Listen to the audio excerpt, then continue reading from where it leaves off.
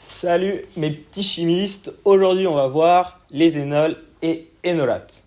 Donc en milieu acide, les énols et en milieu basique, les énolates puisqu'on n'aura plus de OH. Donc premièrement, la formation.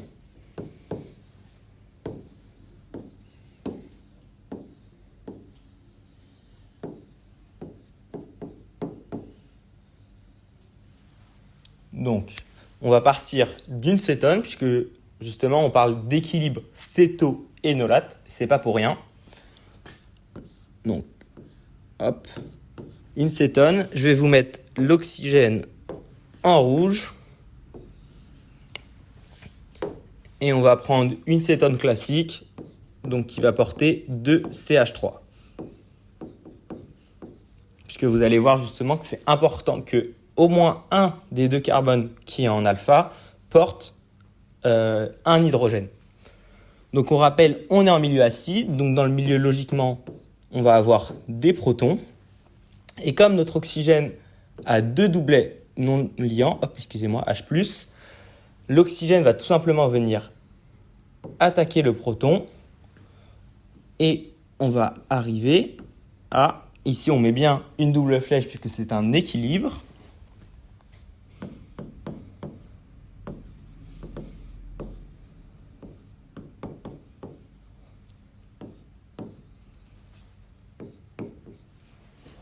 A du coup un oxygène qui porte un H, qui a un doublet non liant, et donc on rappelle, attention aux charges, on a pris un H+, donc notre oxygène va porter une charge plus.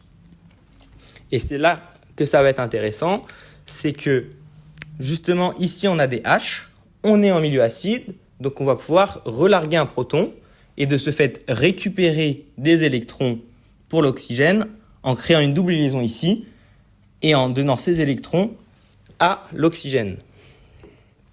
Donc tout simplement, ici, les électrons de la liaison CH viennent ici, et ces électrons-là viennent à l'oxygène.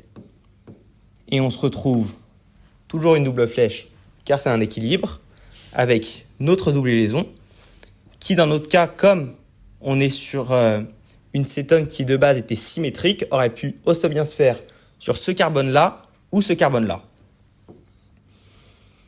Avec notre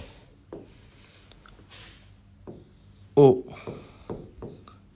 qui a deux doubles liaisons, la perte de charge, et notre charge, elle a été où ? Tout simplement dans le relargage du proton, donc on a un H+, et ici CH3, et donc ici plus que H2C. Donc on a la formation de notre énol. Maintenant, en milieu basique, comment ça se passe ? Donc de la même façon, on va partir d'une cétone.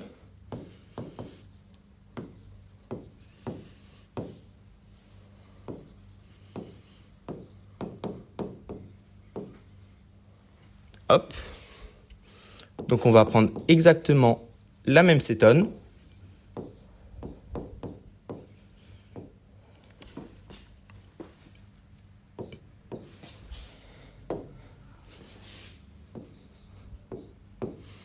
Sauf que ici, on est en milieu basique, donc on ne va pas avoir de protons qui se baladent dans le milieu, mais on va avoir justement une base. Donc cette base, elle, qu'est-ce qu'elle veut ? Elle veut justement des protons. Donc on va directement avoir la base qui va attaquer un hydrogène, donc porté soit par ce carbone-là ou soit ce carbone-là, puisqu'on est sur une cétone qui est symétrique. Et donc on va avoir les électrons de la liaison carbone-hydrogène qui va venir se rabattre, de la même façon qu'on a vu juste avant, et l'oxygène qui va venir récupérer des électrons, et donc on va se retrouver avec une double liaison carbone-carbone, ici plus qu'un CH2, et par contre, on n'oublie pas qu'ici, on va du coup avoir 3 doubles liaisons et surtout une charge négative. Puisque la charge, on doit l'équilibrer Et c'est justement la base qui va être liée au H qui n'a, elle, plus de charge. Et donc, on a ici notre énolate. Donc maintenant, on va passer justement au caractère nucléophile, que ce soit de l'énol ou l'énolate. Donc on commence en milieu acide. Hop, la nucléophilie.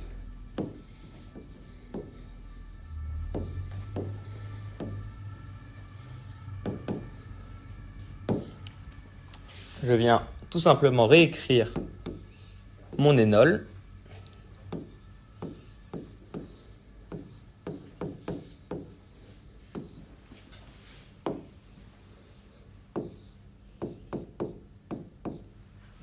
Et du coup, puisqu'on a dit que l'énol va être nucléophile, il nous faut tout simplement un électrophile. Et pour ça, on va reprendre l'acétone qu'on avait dans le milieu. Donc c'est une réaction qui peut se faire sur elle-même, donc ça peut être une autoréaction.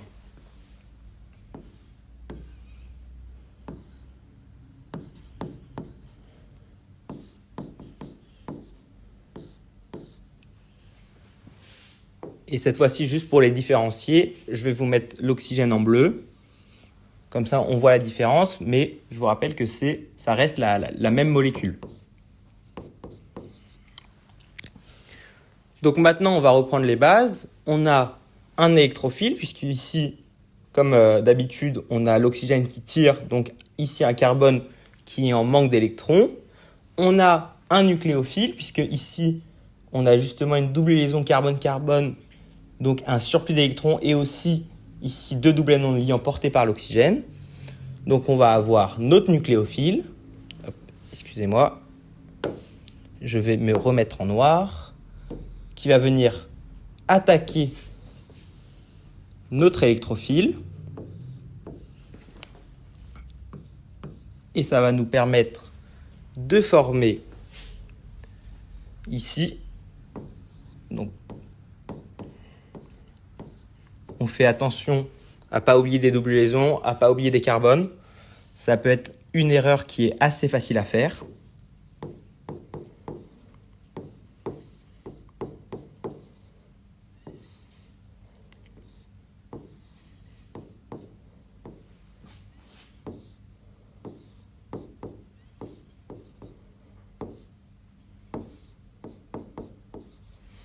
Donc on voit bien qu'on a tous nos carbones et on vient former ici un bêta, puisque le carbone en bêta ici porte un hydroxy, donc un OH, donc hydroxy bêta cétone, puisque ici on a toujours notre fonction cétone. Et attention, il y avait un petit piège, je vous rappelle, ici on a une charge, donc on a forcément une charge dans la molécule finale, et ici on voit que c'est notre OH qui est attaqué, donc là on n'a plus qu'un doublet non liant, donc logiquement on a une charge plus. Donc maintenant, on va passer en milieu basique et on va voir la nucléophilie de notre énolate.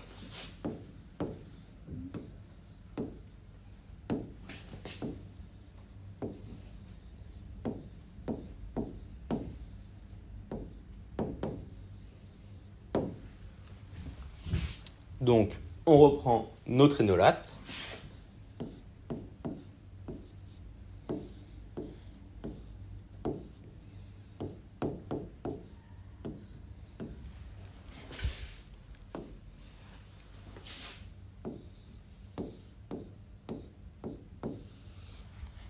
Et de la même manière qu'on a fait en milieu acide, on a besoin d'un électrophile, puisqu'on a dit que notre énolate était nucléophile. Et donc, encore ici, on va pouvoir prendre la molécule qu'on avait au début, notre cétone, qui, elle, est justement nucléophile. Et donc, on va pouvoir faire une autoréaction. Excusez-moi.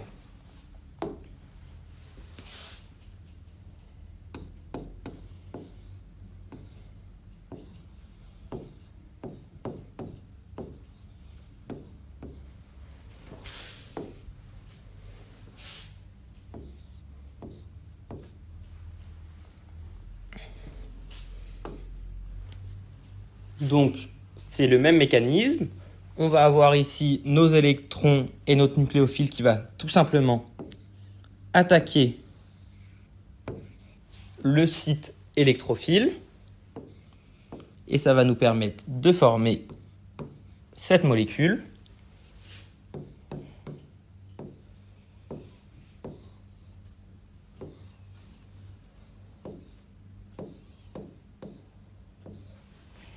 Donc, toujours bien vérifier et n'oubliez aucun carbone.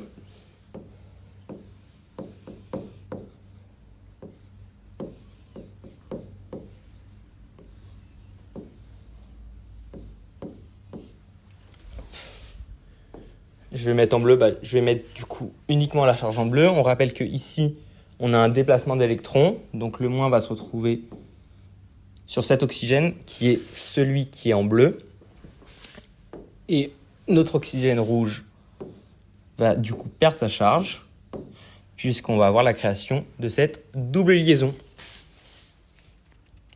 Merci de nous avoir écoutés.